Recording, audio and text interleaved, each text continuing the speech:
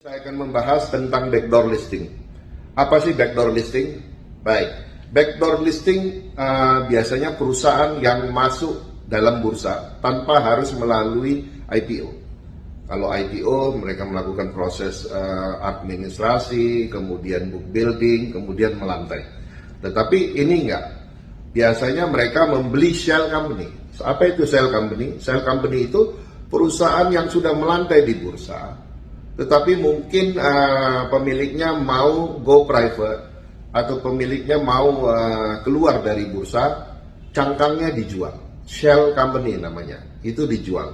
Nah, harga shell company ini nggak murah, pasaran sekarang sekitar 30-50 M. Kemudian dibelilah oleh perusahaan yang mau melantai tadi. Nah, saran saya perusahaan yang mau melantai tadi valuasinya haruslah triliunan supaya harga cangkang itu tidak terlalu mahal kelihatannya.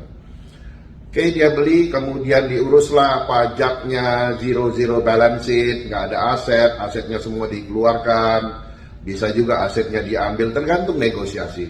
Dan, tapi yang paling penting adalah bagaimana memungut saham yang sudah banjir di pasar. Jadi kalau banjir di pasar itu udah 30%, itulah yang harus dipungut oleh si pemilik baru kalau dia mau. Tapi kalau enggak ya enggak perlu.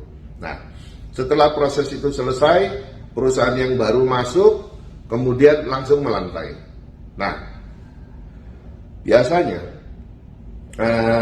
perusahaan yang baru masuk tadi, bisa saja perusahaan itu besar terus mengakuisisi perusahaan kecil. Tetapi sebaliknya, bisa saja perusahaan itu kecil mengakuisisi perusahaan yang besar. Nah, kalau yang kondisi seperti itu, biasanya namanya strukturnya LBO, leverage buyout, semut makan gajah. Jadi perusahaan yang kecil mengakuisisi perusahaan yang besar, terus kemudian melantai di bursa.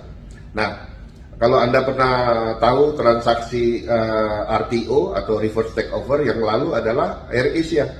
AirAsia itu masuk, itu membeli cangkang, kemudian langsung melantai.